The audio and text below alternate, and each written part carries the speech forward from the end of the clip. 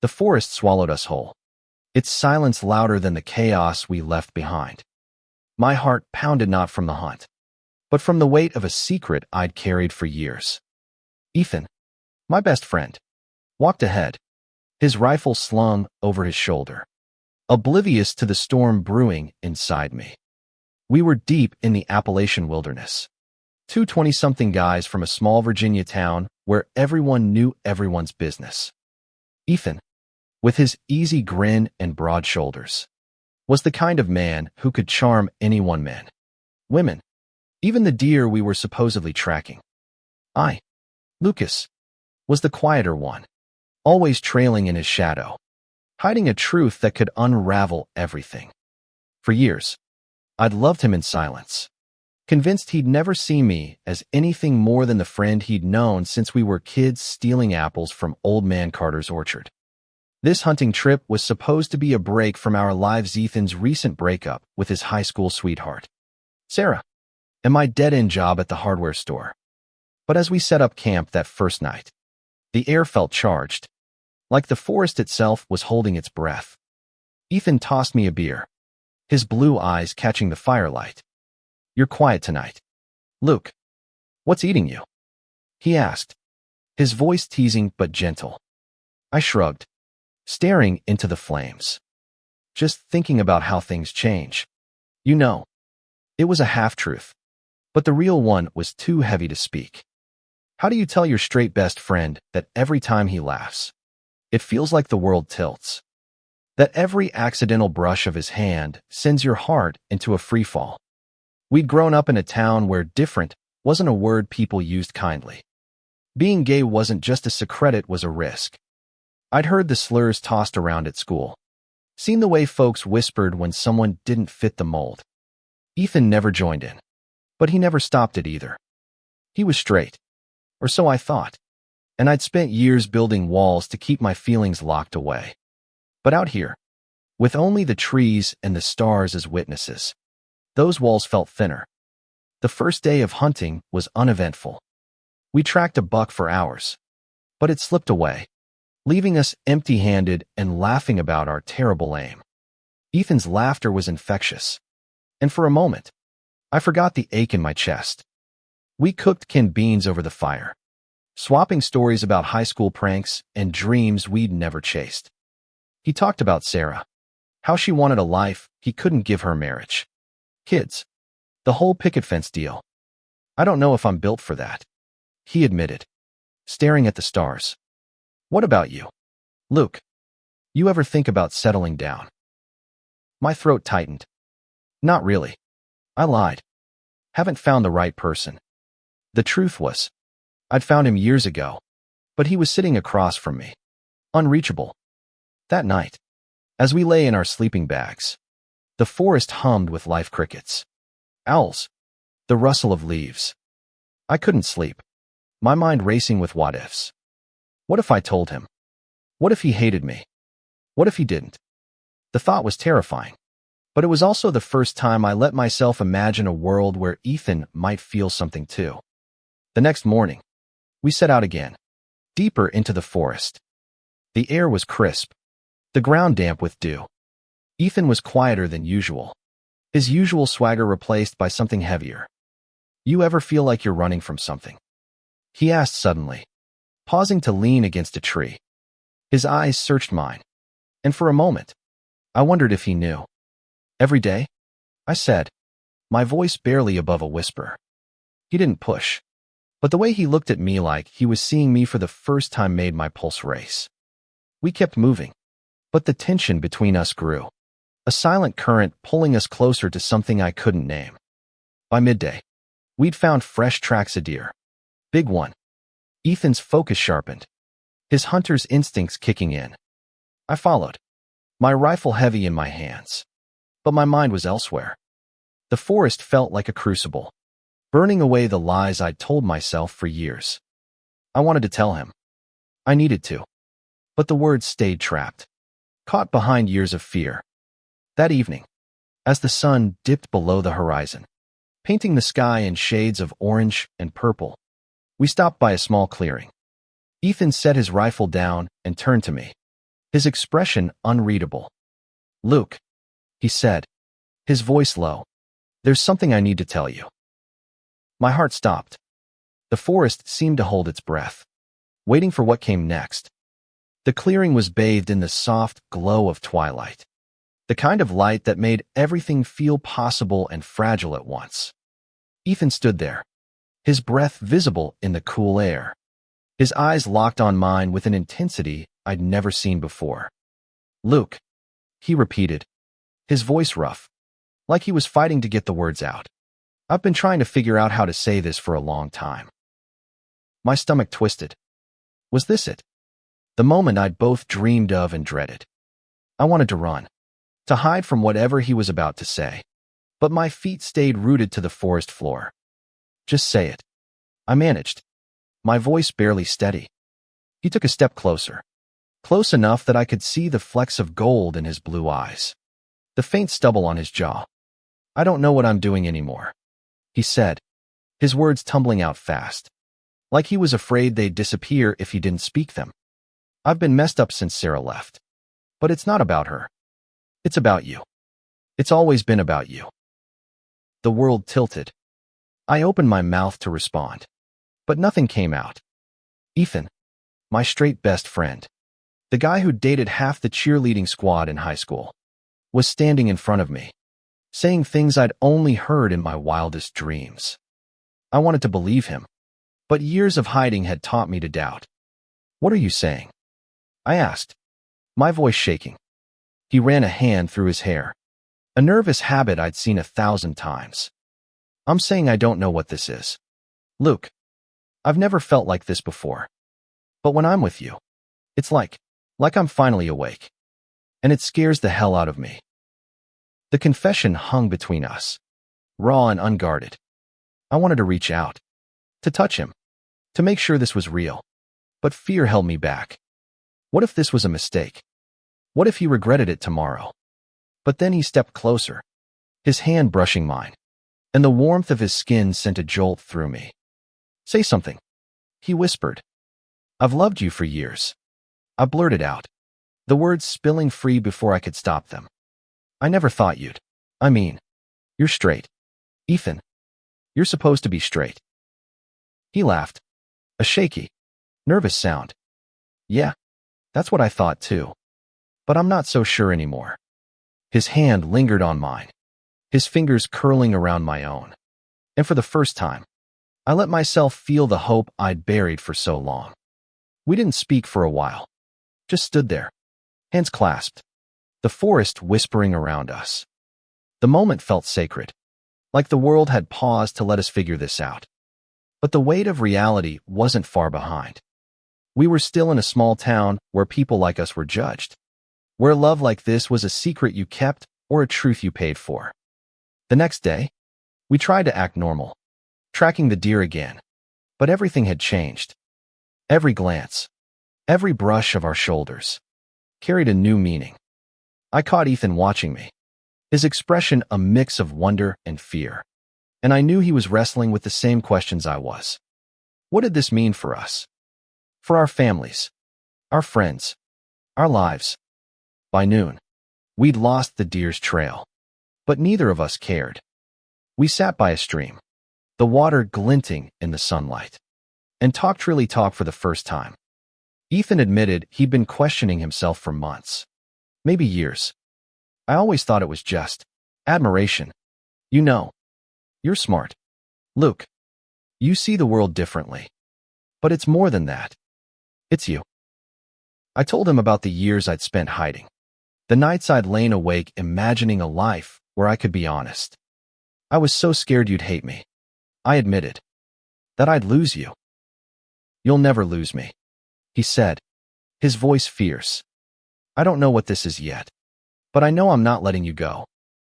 That night, as we sat by the fire, Ethan reached for my hand again, this time with purpose. His touch was steady, sure, and when he leaned in, his lips brushing mine, the world fell away. It was tentative at first, then deeper, a kiss that held all the years of longing and fear and hope. The forest was our sanctuary, The only place where we could be this version of ourselves. But the real world was waiting. The next morning, we packed up camp, the weight of our town's expectations looming closer with every step. Ethan's hand brushed mine as we walked. A silent promise, but I could see the worry in his eyes. "What happens when we go back?" he asked. "I don't know," I said honestly. "But we'll figure it out together." The drive back to town was quiet, the hum of the truck's engine filling the space where words should have been. Ethan's hands gripped the steering wheel, his knuckles white, while I stared out the window, the forest fading into a blur of green and brown. We'd crossed a line in that clearing, and there was no going back, not to the people we were, not to the lives we'd lived. Our town, Willow Creek, was the kind of place where change moved slower than molasses. Main Street was lined with the same diners and hardware stores I'd known since I was a kid. And the people hadn't changed much either. They smiled at church on Sundays, gossiped over coffee at Millie's Diner, and didn't take kindly to anything that challenged their version of normal. Ethan and I had always fit in, or at least we pretended to. Now, the thought of facing them with this new truth felt like walking into a lion's den. We stopped at the gas station on the edge of town, and Ethan turned to me, his eyes searching. "You okay?" he asked, his voice soft but heavy with worry. I nodded, but it was a lie. The kiss we'd shared in the forest played on a loop in my mind, both a lifeline and a weight. "What about you?" I asked. He sighed, running a hand through his hair. "I don't know. Luke. I want Thesis, but I'm scared. My dad, he's not exactly open-minded." Ethan's dad, Tom, was a deacon at the local church, a man who quoted scripture like it was law. My own parents weren't much better. Mom, with her endless matchmaking attempts. Dad, with his quiet disapproval of anything unconventional. We'd grown up hearing what was right, what was wrong, and love like ours was firmly in the latter category. We decided to keep things quiet for now, to figure out what us meant before letting the world in. But secrets have a way of slipping through the cracks. That night, at the local bar, we ran into Sarah, Ethan's ex. She was all smiles, her blonde hair pulled back, but her eyes narrowed when she saw us together. "You two look cozy," she said, her tone sharp enough to cut. Ethan laughed it off, but I saw the way her gaze lingered, calculating. Sarah had always been perceptive, and I wondered how much she'd guessed. We left early, the weight of her stare following us out the door. The next few days were a tightrope walk. At work, I stocked shelves and tried to act normal. But every time my phone buzzed with a text from Ethan, my heart raced. His messages were simple, "Miss you," or "Meet me after work." But they felt like a lifeline. We stole moments when we could, meeting at the old quarry outside town, where no one would see us. Each touch, each kiss, was a rebellion against the world we'd grown up in. But Willow Creek wasn't a place where secrets stayed buried. A week after the trip, Ethan's dad confronted him. Tom had heard rumors someone had seen us at the quarry. Too close. Too comfortable. "Is it true?" Tom demanded, his voice shaking with anger. Ethan didn't deny it, and the fight that followed left him with a bruised cheek and a warning to fix himself or leave. Ethan showed up at my place that night, his eyes red, his voice raw. He called me an abomination, he said, his words breaking. My own dad. I pulled him into my arms, the first time I'd held him without fear. "You're not an abomination," I said fiercely. "You're the best person I know."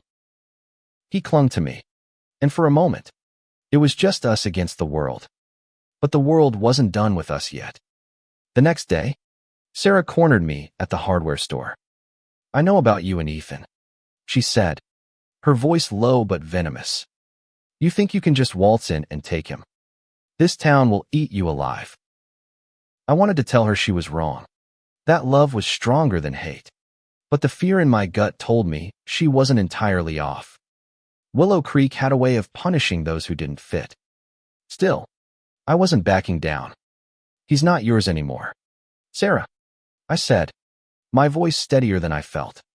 And he's not a prize to be won. She stormed off, but I knew it wasn't over. That night, Ethan and I made a plan.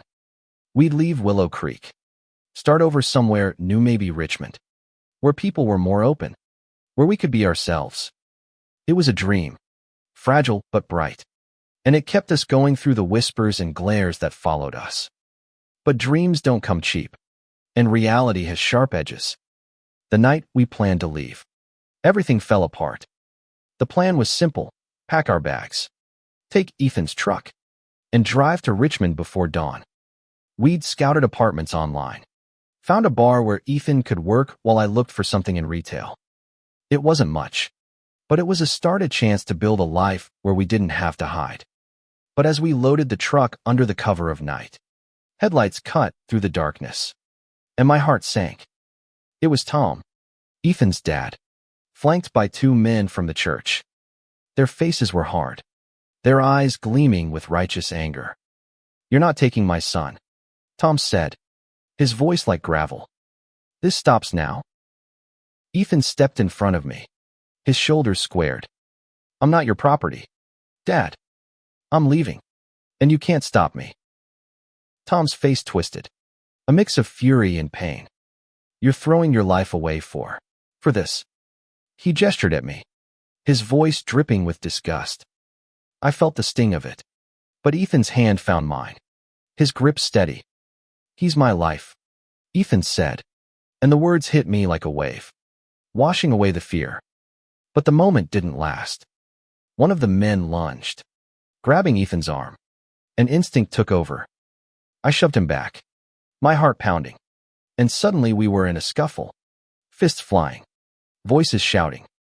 Ethan pulled me away, and we ran for the truck, the men's shouts echoing behind us. We drove in silence, the adrenaline fading into something heavier. "They'll come after us," Ethan said, his voice tight. "They won't let this go." He was right. By morning, word had spread. Sarah had told half the town, and the whispers had turned into a roar. My phone buzzed with messages from my parents' disappointment, pleas to come to my senses. Ethan's mom called, crying, begging him to come home. We ignored them all, but the weight of their words pressed down on us. Richmond was only a few hours away, but it felt like another world.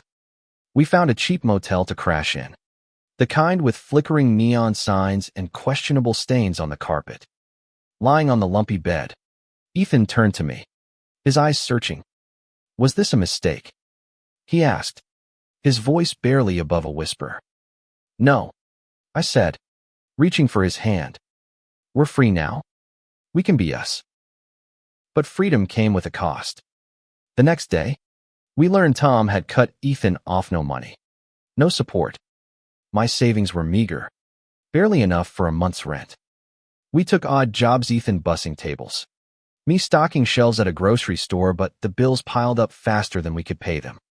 Still, we had each other, and in the quiet moments, when it was just us in our tiny apartment, it felt like enough. Then came the letter. It was slipped under our door. No return address. Just a single sheet of paper with typed words: "You can't run from God's judgment." My blood ran cold. Ethan tried to laugh it off, but I saw the fear in his eyes. Someone from Willow Creek had found us. We didn't talk about it, but the letter changed things. We were always looking over our shoulders, jumping at every knock on the door. One night, Ethan woke up in a cold sweat, his breathing ragged. "I can't keep doing this," he said.